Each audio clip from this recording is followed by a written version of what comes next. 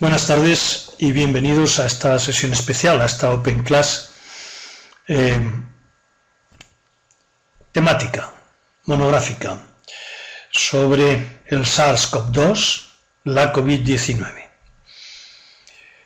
Bienvenidos a los alumnos de los diferentes máster de UNIR y también bienvenidos a aquellos que todavía no sean nuestros alumnos y espero que un día lo sean, poder contar con ellos en nuestras aulas. Durante esta sesión voy a intentar, entre otras cosas, dar respuesta a todas las cuestiones que se me han ido planteando hasta hace unas horitas.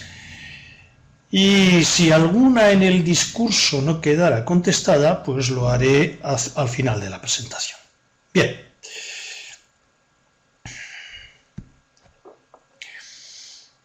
Voy a intentar centrar mi discurso en estas tres cuestiones. ¿Qué sabemos? ¿Sabemos mucho? ¿Sabemos poco? ¿Qué ignoramos? Y sobre todo, ¿qué estamos haciendo? ¿Qué podemos hacer? ¿Qué tenemos que hacer de hoy en adelante? Porque estamos en una fase ya concreta de la pandemia, ¿verdad? A ello me voy a referir a lo largo de mi presentación, pero antes tenemos que empezar con una cuestión terminológica. Parece como si no supiéramos nada, y francamente es impresionante lo que hemos aprendido en tan poco tiempo. Recuerden, llevamos unos meses ya, meses que se hacen, por cierto, eternos, parece que estuviéramos instalados con la COVID desde hace años, ¿verdad? Estuviéramos amenazados por el SARS-CoV-2 desde hace años y llevamos más de un mes, pero no mucho más. El virus es un coronavirus, por lo tanto conocemos hermanos y primos hermanos suyos que ha recibido el nombre definitivamente de SARS-CoV-2. Es por lo tanto de la familia Coronaviridae, que tiene unos antecedentes que conocemos también, como es el SARS-CoV-1, que dio lugar a la epidemia del síndrome respiratorio agudo severo por allá por 2002, una epidemia que fue muy importante y que en sus inicios, por la extraordinaria transmisión que tenía el virus y sobre todo por el número tan considerable de contagios entre profesionales a que dio lugar en muy poco tiempo, que obligó a cerrar un gran hospital en Toronto, le siguió el MERS-CoV, que dio lugar a la epidemia del síndrome respiratorio de Oriente Medio en 2012. Y en tan poco tiempo desde que hizo su entrada en escena el SARS-CoV-2, sabemos cómo es el virus, conocemos su genoma desde muy pocos días después de entrar en escena. Desde el 10 de enero de este año conocemos su genoma. Y la enfermedad COVID-19. ¿Qué sabemos? Pues estamos en una etapa en la cual pues, la información fluye casi antes de conocerse, de tal modo que ustedes pueden entrar en la página web del Ministerio de Sanidad de España y, bueno, aquí tienen datos que yo recogí este fin de semana para esta presentación, pero que cada día se actualizan. Tenemos 216.582 casos confirmados, atención, diagnosticados por PCR en España. Es una puesta a punto de las 21 horas del día 1 de mayo. Ha habido 1.471.567 casos confirmados en Europa. En España, concretamente, se han recuperado 117.248. Desgraciadamente han fallecido 25.100. Y tengan en cuenta que detrás de cada uno de estos 25.100 hay una persona, hay una familia, hay un entorno que ha sufrido, y que por supuesto son mucho más cualquiera de ellos que una cifra en unas estadísticas. En el mundo tenemos 3.181.642 casos. ¿Y qué es lo que les quiero decir? Pues que en cualquier instante ustedes aprietan el botón y saben cómo es en cada momento la situación. En España se estima que puede estar contagiada hasta el 15% de la población. Son estimaciones, por supuesto. También tenemos las tasas de crecimiento, que como ven en la gráfica que tienen a la izquierda, ya es negativa. Esto quiere decir que afortunadamente estamos saliendo ya, al menos de esta primera ola de la pandemia. Tienen en el centro, expresión de eso que les decía, cómo los fallecidos se han presentado en distinta proporción, de tal modo que ha constituido una auténtica plaga para los mayores. Como pueden ver, la relación da vértigo. Da vértigo, es lógicamente un grupo de edad por vulnerable, especialmente atacado. ¿Qué más sabemos? Pues fíjense, aquí tienen ustedes una gráfica que cada mañana hago yo al llegar a mi hospital, al Hospital Universitario Ramón y Cajal, y vamos viendo pues los casos confirmados junto con los casos en estudio, y fíjense ustedes cómo en estos momentos, esta gráfica es del fin de semana, pero la gráfica de hoy, pues 4 de marzo, estamos exactamente igual que el 4 de mayo, estamos exactamente igual que el 16 de marzo. Es decir, cada día que pasa, si no se modifica la tendencia de la curva, estamos ganando medio día hacia atrás. Es decir, si no hubiera ningún otro artefacto, en 8 días estaríamos como al inicio de la epidemia en nuestro hospital. Probablemente no será así, porque lógicamente, aunque ahora entran muchos menos pacientes, también salen menos, porque lógicamente los que tenemos ahora en el hospital, pues nos va a costar un poquito más darles el alta. Pero de eso les quería decir también, que el 81% de los pacientes que hemos podido seguir en el Hospital Universitario Ramón y Cajal han sido dados de alta por mejoría clara. Se han curado. Y lo han hecho sin, como me preguntaban en una de las preguntas, sin secuelas. Sin secuelas. Desgraciadamente también hemos tenido, como ven ustedes en la pantalla, una proporción nada despreciable de muertes.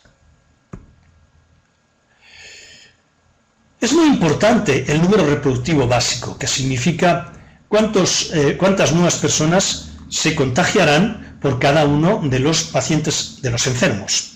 En estos momentos está por debajo de la unidad, quiere decir que cada enfermo contagia a menos de un sano, a 0,65. Esto quiere decir, como ven ustedes el gráfico, ha obtenido otros valores.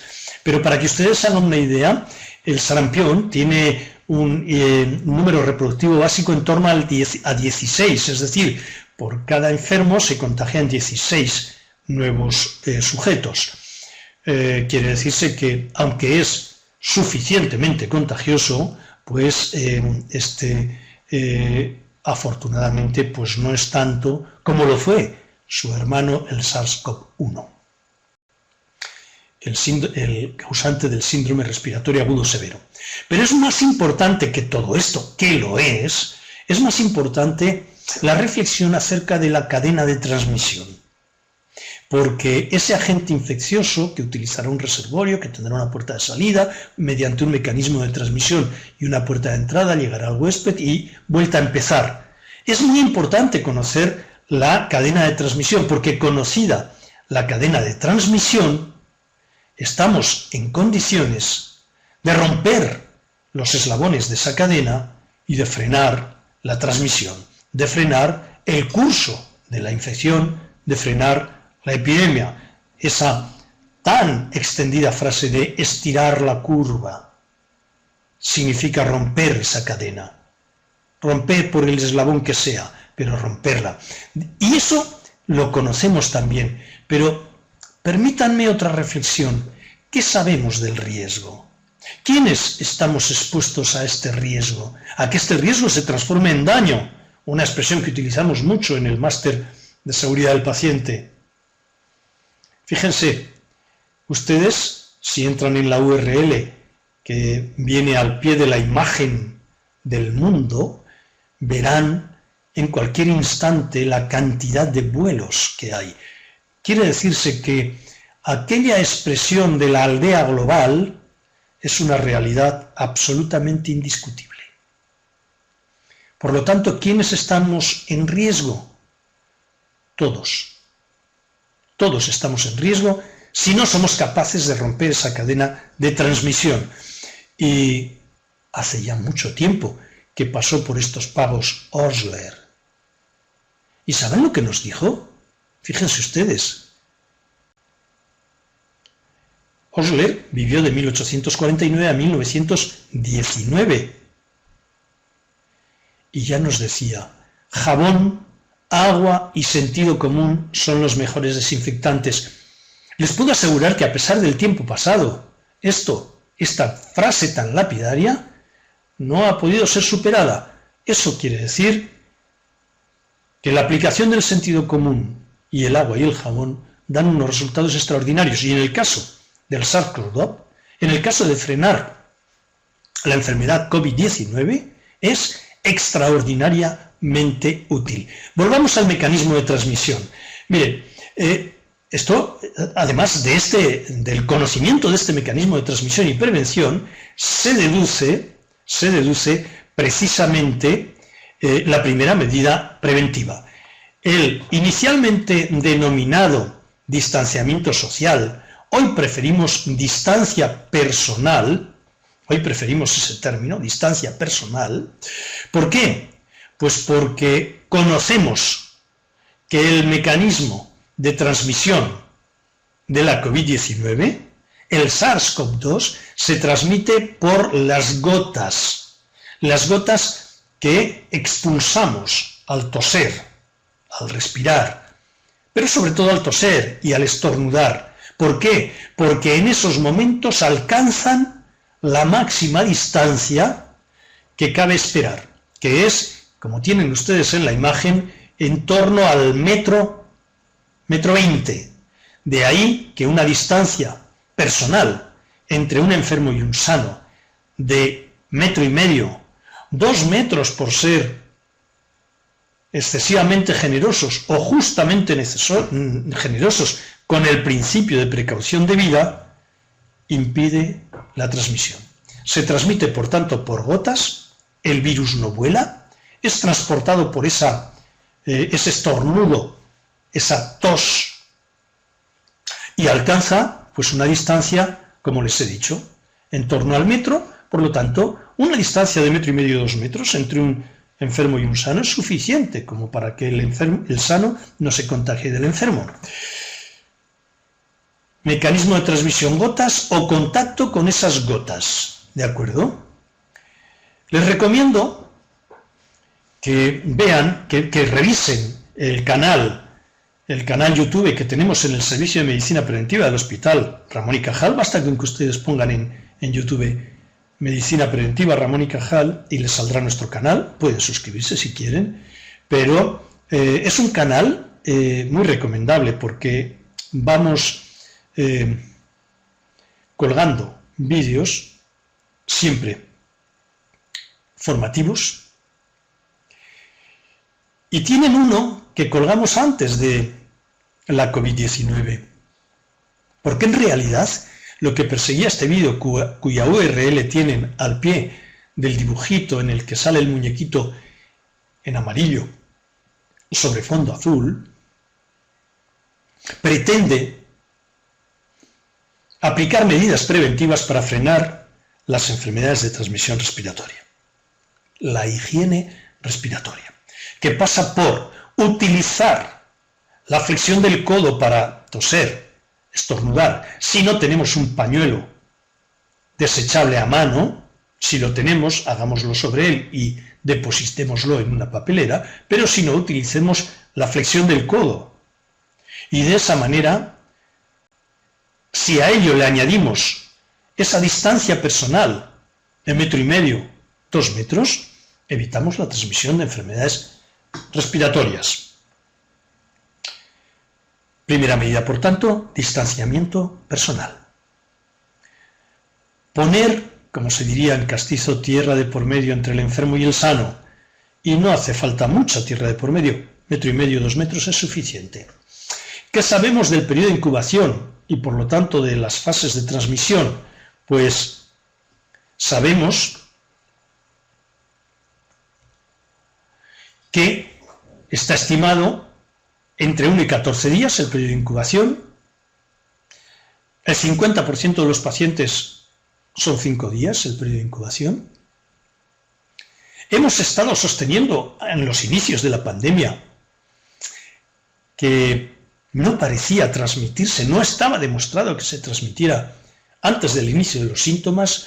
Hoy ya podemos afirmar que la transmisión podría comenzar 1 o 2 días antes del inicio de los síntomas. También podemos decir a fecha de hoy que la transmisión por heces o aérea por gotitas, núcleos de gotitas o aerosoles no ha sido demostrada. Estamos estudiándola. Nosotros concretamente en el Hospital Ramón y Cajal estamos llevando a cabo un estudio para intentar ver en qué medida los aerosoles pueden contribuir a la transmisión de la infección. Pero a fecha de hoy no está confirmada. Estamos, digamos, en el terreno de la investigación. Pero, claro, fíjense, lo que sí que sabemos hoy es no ya solo cuándo empieza el contagio, sino durante cuánto tiempo es contagioso un enfermo. Y es diferente si se ha presentado la enfermedad sin síntomas, que acabaría la infección la transmisión en torno al día 14, no sé por qué no me salen las flechas, en torno al día 14, bueno, tampoco es demasiado importante.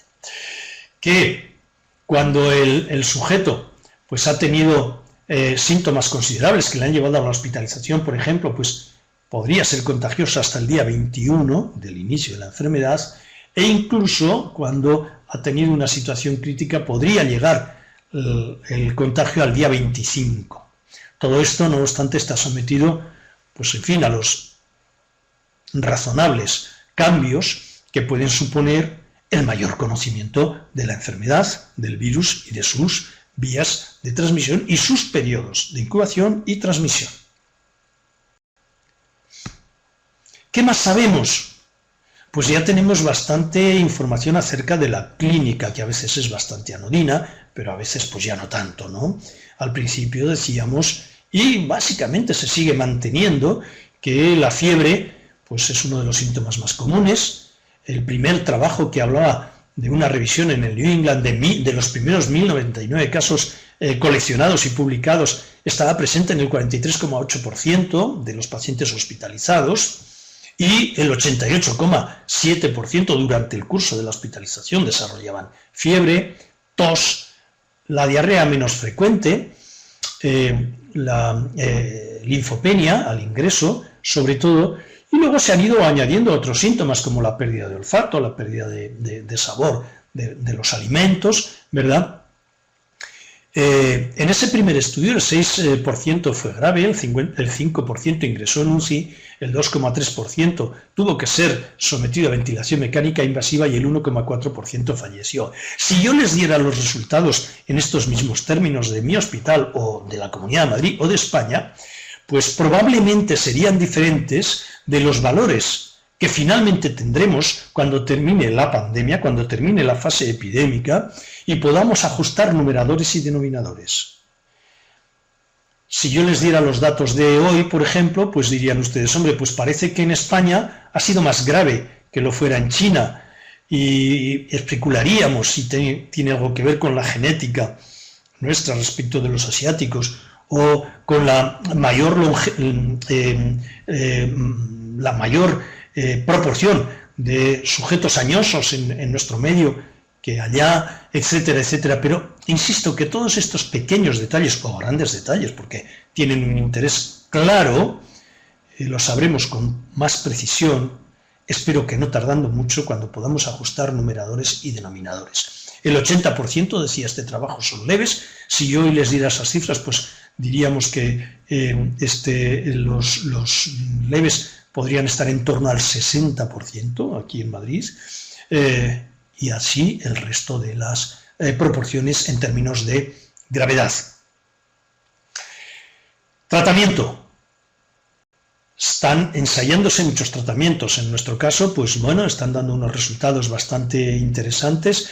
El Remdesivir es un antiviral que se empezó a utilizar en el 2013 cuando la epidemia de ébola, y tocilizumab, un anticuerpo monoclonal, que es un tratamiento biológico para artritis reumatoide. Bien, estos tratamientos se suelen aplicar en general, estos o parecidos, se suelen aplicar en términos de ensayos o como tratamiento compasivo, que no quiere decir por compasión al enfermo, sino que quiere decir que se están utilizando en una indicación para la que no fue aprobado el medicamento. Ese es el contexto de la medicación de uso compasivo en la actualidad en nuestro medio. Hay otros tratamientos y hay otros ensayos en marcha. Me preguntaban ustedes sobre el uso del plasma en el caso en el caso que nos ocupa, y efectivamente está en términos de ensayo, pero bueno, pues en fin, prometedor es el ensayo. También preguntaban ustedes acerca de los posibles ensayos de profilaxis, y efectivamente el estudio EPICOS es un estudio multicéntrico del Estado español y de alguna manera avalado pues tanto por el Ministerio como por las diferentes comunidades autónomas, y bueno, pues en fin, se están haciendo algunos ensayos. Sobre todo el estudio EPICOS toma como población los profesionales sanitarios que voluntariamente quieran participar en esa situación de uso profiláctico, un ensayo clínico para ver el uso profiláctico de la hidroxicloroquina. Bien, criterios de definición, pues ya saben ustedes que ha ido variando la definición de caso en el sentido según avanzaba la epidemia. Inicialmente se consideraba los antecedentes, digamos, epidemiológicos, los clínicos y, por supuesto, los criterios de laboratorio. Sigue siendo el gold estándar la PCR, ¿verdad? La PCR. Pero, claro, los criterios epidemiológicos ya han desaparecido en tanto en cuanto el virus circula. Otro detalle bastante interesante y que ha suscitado mucha polémica, pero que esta parte la voy a pasar bastante rápida, ¿verdad? Como ustedes recibirán la presentación, pueden detenerse en fin, en el significado de tener una PCR positiva o negativa, una IgM positiva o negativa, junto con una IgG positiva o negativa, que les da cuenta de la fase en la que se encuentra la infección, desde negativo a fase de seroconversión, así como la interpretación, ¿verdad? Y claro, esto también ha variado en el sentido que cada día tenemos más y más certeros elementos, pruebas de laboratorio para confirmar la infección. Desgraciadamente no sabemos si la generación de estos anticuerpos tendrá a fecha de hoy no lo sabemos, tendrá un efecto protector considerable y cuánto tiempo durará esa protección. Esto es algo que todavía no se sabe con certeza, se está avanzando muchísimo en la investigación. ¿Qué más sabemos? Pues miren, sabemos que estamos ante una auténtica infodemia. Hemos estado ante una auténtica infodemia con dos componentes de sobreinformación. Es absolutamente imposible hoy en España conectar una cadena de radio o una cadena de televisión sin que se esté hablando del coronavirus. Eso quiere representar esta imagen, fíjense ustedes, ¿no? El dibujito que les he incorporado. Y de sobreinformación y de temor desmedido. Ese temor desmedido en ocasiones pues hace que haya, ¿cómo les diría yo? Pues muchos opinadores. Hay una epidemia también de epidemiólogos, cada día hay más. Todos los tertulianos periodísticos se han convertido de repente en epidemiólogos. Bueno, porque el tema interesa a la población, porque el tema interesa a la población. Y quiero destacar una figura nueva que se ha dado con muchísima profusión durante todos estos días, estas semanas previas, la disonancia cognitiva. ¿Esto qué es? Pues esto significa que un sujeto defiende lo blanco y lo negro a la vez. Y a continuación, una vez que ya se sabe si es blanco o negro, primero dice yo tenía razón y segundo, ¿cómo es que no se hizo eso antes? ¿O por qué se hizo antes cuando en realidad había que haberlo hecho después? Disonancia cognitiva. Siempre tienen la razón. Les lleva a la defensa de opinar una cosa y la contraria y cambiar, por lo tanto, de criterio sin despeinarse.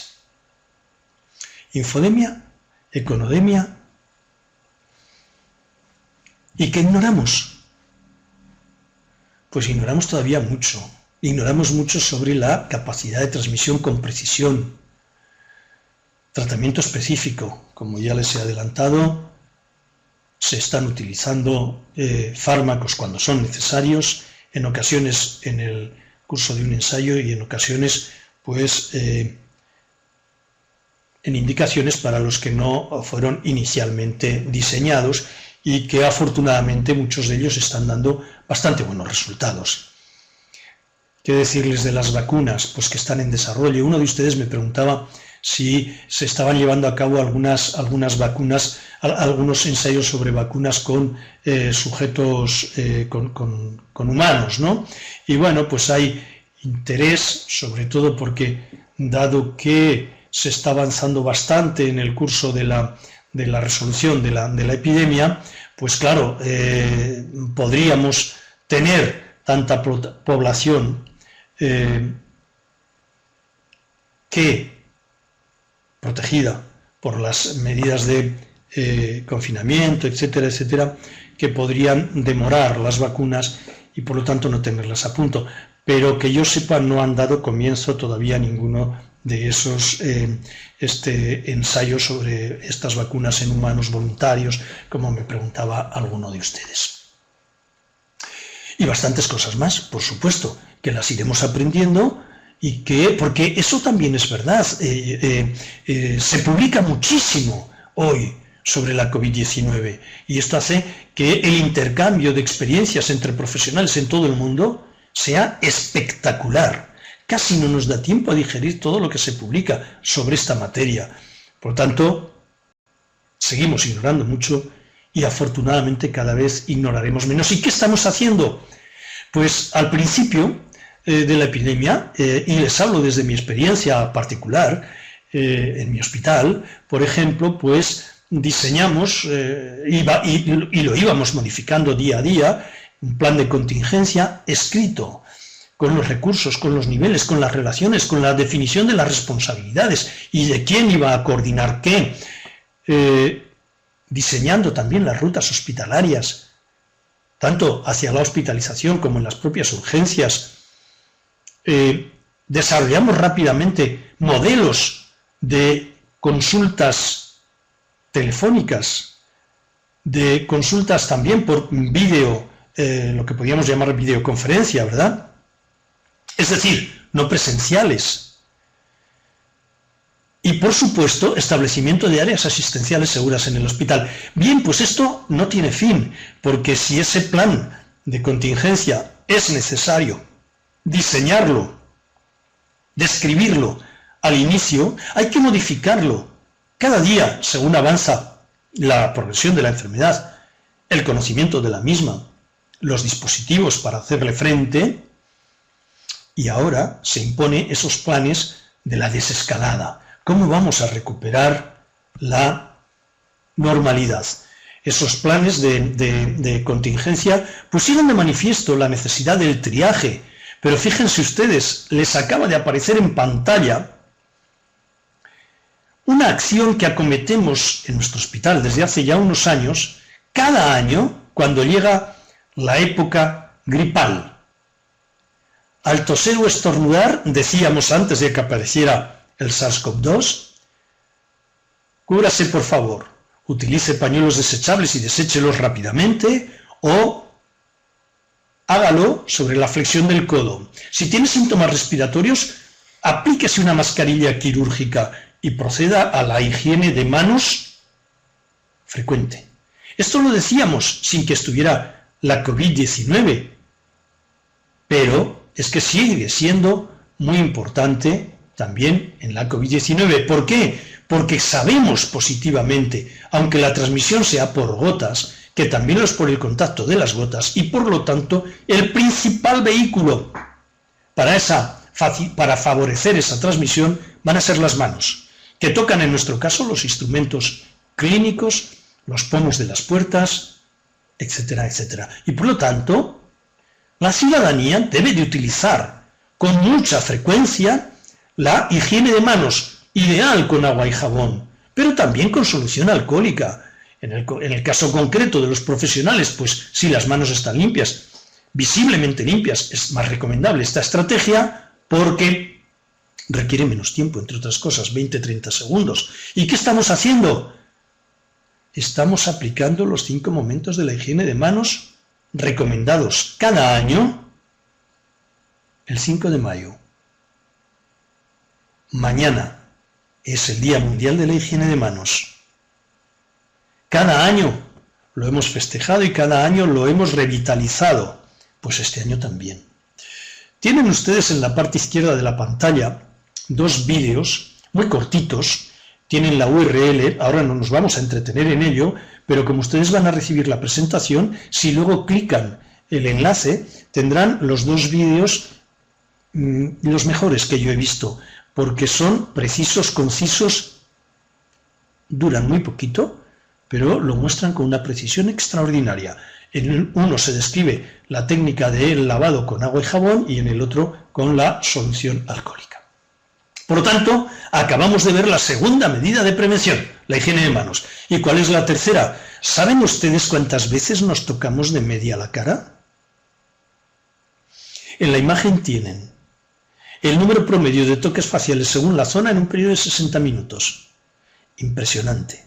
Impresionante. Por lo tanto, si la transmisión es por gotas y por contacto con esas gotas, en la medida que luego nos llevemos las manos a la cara y puedan entrar en contacto con nuestras conjuntivas, volveremos a tener graves probabilidades de pasar del riesgo al daño, de contagiarnos. Tercera medida de prevención: intentemos tocarnos lo menos posible la cara. Y claro, el paciente en el hospital, el paciente en su domicilio también, debe mantener medidas de las clásicas denominadas de aislamiento, que en realidad no son medidas de aislamiento, sino que son medidas de precaución de la infección basadas en la transmisión de la misma. Tienen ustedes en pantalla las principales, las más importantes, las precauciones estándar que hemos de aplicar a todos los pacientes. Las precauciones de la E, las precauciones de la G, que son las más importantes en este caso. ¿Por qué? Porque son por transmisión por gotas. Las precauciones de la C por contacto, en este caso con las gotas. Y también les he puesto las aéreas. ¿Por qué? Pues porque aunque todavía no está demostrada esa transmisión por aerosoles, lo que no cabe la menor duda es que en el medio hospitalario, cuando prestamos atención a estos pacientes, podemos llegar a provocar maniobras generadoras de aerosoles. Y en ese caso, por supuesto, que la precaución debe ser mayor. Debe ser, por lo tanto, la precaución basada en la transmisión aérea, porque estamos generando aerosoles. Tan importante es esto, conocer con precisión estos criterios para frenar, para romper la cadena de transmisión, como el equipo que debemos de llevar los profesionales para atender a estos pacientes. En este caso, la recomendación más universales, precauciones de transmisión por gotas y contacto en alguna medida un poquito ampliadas como tienen en la pantalla. Pero también es muy importante ponerse los denominados EPI, equipo de protección individual. Sepan que la Ley de Prevención de Riesgos Laborales lo que dice es, si es posible, elimines el riesgo. Aquí no lo podemos eliminar porque no podemos dejar de atender a los pacientes que tienen necesidades y que somos sanitarios para eso. Ellos son nuestra principal razón de ser. Si no se puede evitar el riesgo, intentemos poner medidas colectivas para frenarlo, y si no, las individuales, las conocidas como EPI. Tienen en la pantalla las distintas modalidades. Y recuerden que antes y después, y a veces entre medio, hay que hacer higiene de manos. Al pie de la presentación les he puesto la URL de 2 vídeos que ilustran cómo ponerse y quitarse, en este caso, los equipos de protección individual frente a la cirugía, porque, visto lo complejo, es sencillo comprender lo menos complejo. Ustedes pueden conectar con nuestro canal y ver estos 2 vídeos, que no los hemos, en este caso, diseñado nosotros, los ha hecho la Asociación Española de Cirujanos, y son extraordinarios, breves, sencillos también, pero también muy precisos. La mascarilla, Princeps, elemento Princeps. Les recomiendo que visiten las páginas de la Organización Mundial de la Salud, donde con precisión se da cuenta de cuándo usarla y de cómo usarla bien. Y además les recomiendo que se bajen este otro documento que se elaboró en 2015 a partir de las epidemias anteriores y de la experiencia acumulada, que es de la Sociedad Gallega de Medicina Preventiva y que es el documento mejor que yo he encontrado hasta la fecha. Uso de mascarillas quirúrgicas y máscaras FFP. Como les decía, ahí tienen la URL y se lo pueden descargar. Tan importante es el uso correcto de estos equipos de protección como su retirada. En esta imagen tienen cómo retirar adecuadamente los guantes. Cada día veo retirar guantes de manera inadecuada. Y eso tiene un riesgo añadido, porque estamos ante la homeostasis del riesgo. Creemos que estamos muy protegidos cuando en realidad no lo estamos, porque no nos hemos quitado bien algo tan sencillo como son los guantes. También tienen al pie de la imagen la URL donde pueden ver esto mismo de manera dinámica.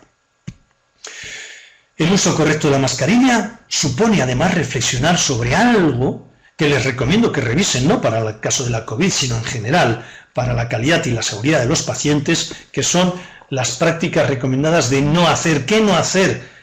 Porque incorpora más riesgo que beneficio. Pues no bajar la mascarilla al cuello, no subirla al pelo. Es decir, ponérsela cuando hay que ponérsela y mantenerla puesta con corrección. El resto no hacer, porque incorpora más daño que beneficio. La buena noticia, o otra de las buenas noticias, es que sabemos la supervivencia del virus en diferentes superficies.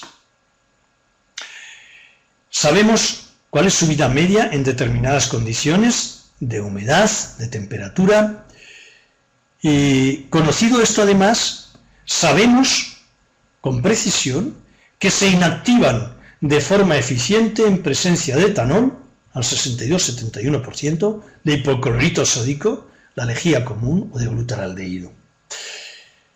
Por lo tanto, tenemos una herramienta muy interesante para colaborar en el freno de la COVID, que es la correcta higiene, en este caso a través de la desinfección de superficies. No es un virus especialmente resistente en ese sentido. Estamos en una fase ya de desescalada en alguna medida y por lo tanto, como les decía antes, tenemos que acomodar los objetivos, es necesario, justo y conveniente hacerlo. Estirar la curva, estirarla todavía más. Esa imagen que tenían ustedes al principio de la curva de mi hospital, cada mañana tiramos todos los profesionales hacia abajo para aplanarla. Y también tendremos que poner medidas para que no haya rebrotes. Racionalidad. Aplicar el uso del mejor conocimiento disponible, evitando decisiones compulsivas o con poco fundamento. El sentido común, que decía Osler, estaría en este campo. Utilizar fuentes de información fiables, diferenciando hechos de opiniones y bulos. Si ustedes teclean ahora mismo en Google COVID-19, tendrán más de 3.000 millones de entradas. Todas no pueden ser ciertas. Y hay bulos, y muchos. Y es importante buscar la información en fuentes fiables. Combinar el esfuerzo colectivo y responsabilidad individual y de los involucrados. Al inicio hubo lugares en los cuales se produjeron robos de mascarillas y de soluciones alcohólicas. Eso es un delito, pero en alguna medida. Ahora también tenemos que hacer caso de las recomendaciones de las autoridades sanitarias. Y si nos dicen que tenemos que salir a unas horas, pues tenemos que salir a esas horas y no a otras. Y si nos dicen que no podemos viajar a un determinado lugar, no debemos hacerlo. Y así sucesivamente, combinar, por lo tanto, esfuerzo colectivo con responsabilidad individual. Cuidar del sistema sanitario. Hacer un uso adecuado para que pueda atender lo prioritario. Y sobre todo, y muy importante, esos aplausos de las 8, ¿qué es lo que significan?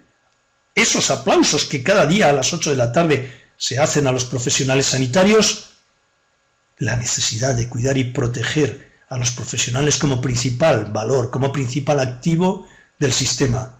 Sin los profesionales sanitarios no puede haber atención sanitaria. Preparémonos para dar respuesta a las siguientes olas. La primera ola ha tenido una morbilidad destacada con una mortalidad también importante. La segunda oleada supone ese desescalamiento para poder atender a esos pacientes que desgraciadamente no hemos podido atender durante este mes y medio, durante estos ya casi 2 meses, por estar ocupados atendiendo a los pacientes COVID. La tercera oleada será hacer frente al impacto de las interrupciones de la atención a los enfermos crónicos, que probablemente se habrán deteriorado.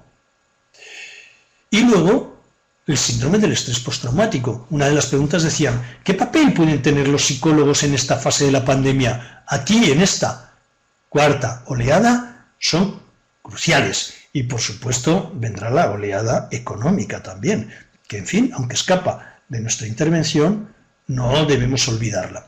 En nuestro hospital, en el Ramón y Cajal, hemos hecho unas recomendaciones a seguir en el domicilio por el personal sanitario, una especie de 10 consejos que pueden ustedes imaginarse que son preventivos, pero se lo pongo ustedes luego cuando reciban la presentación, la pueden fácilmente ampliar y verla mucho mejor, probablemente como lo estén viendo ahora en pantalla. La 10ª, planificar las interrupciones de esa infodemia. Desconectar, entre otras cosas, para poder conciliar el sueño. Nuestro grupo de investigación, Segundas Víctimas, es un grupo de investigación en seguridad del paciente. Hemos contribuido con una app que ha sido calificada como app saludable y que ustedes se pueden descargar para Android en la URL que tienen en pantalla, que es una URL que hemos puesto a disposición en nuestra página web de Segundas Víctimas, y en estos días la estamos subiendo a la tienda de Apple. Por lo tanto, ustedes ahí también se la podrán descargar para cualquiera que sea el dispositivo que tengan. Pretende contribuir a disminuir el estrés consecuencia de la COVID-19. Es gratis, les recomiendo que se la descarguen, que la curioseen y si les es útil, que la utilicen y que la recomienden a personas que les puedan ser de utilidad. Todas las sociedades científicas, y me parece especialmente destacada la Asociación Española de Cirujanos, va presentando escenarios para la desescalada y para la incorporación de estas acciones tendentes a cubrir la respuesta a esas oleadas que antes les decía. Altamente recomendable su lectura. Si ustedes ponen desescalada AEC en Google, les saldrán los documentos completos, son extraordinarios y son muy recomendables. Por supuesto, están también las recomendaciones de desescalada pues, del Ministerio y de diferentes comunidades autónomas, por supuesto, que son interesantes. Fíjense, algunos elementos para la desescalada en mi hospital que hemos planteado, pues es iniciar una actividad ordenada en torno como entre el 20 y el 30%, con gradualidad, asimetría y coordinación, poquito a poco, y no todos los servicios tienen las mismas necesidades, y por supuesto coordinados, con las medidas necesarias para frenar la infección y evitar repuntes, con las medidas de barreras a la transmisión razonables, y respetando los derechos del paciente. El miedo, no lo olviden, dinamita la atención centrada en el paciente. Y, puesto que estamos en el minuto final de la presentación, les quiero dar algunos consejos para la etapa, esperemos, final. Las pautas básicas, recuerden, son higiene, distanciamiento personal y uso de la mascarilla, sobre todo en pacientes y en personas muy expuestas. Bien usada. Para el sistema inmunitario es muy importante la higiene del sueño, ya se lo he comentado, pero también hacer ejercicio físico en casa y no consumir alcohol, tabaco o drogas.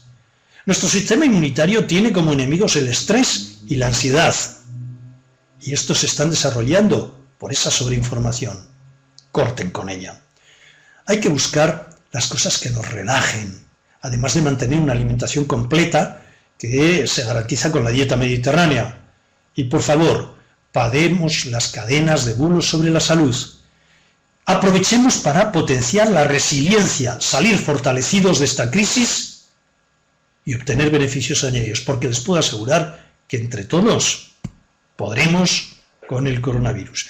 Muchísimas gracias por su atención. He estado muy a gusto con ustedes y hasta la próxima sesión en que nos veamos.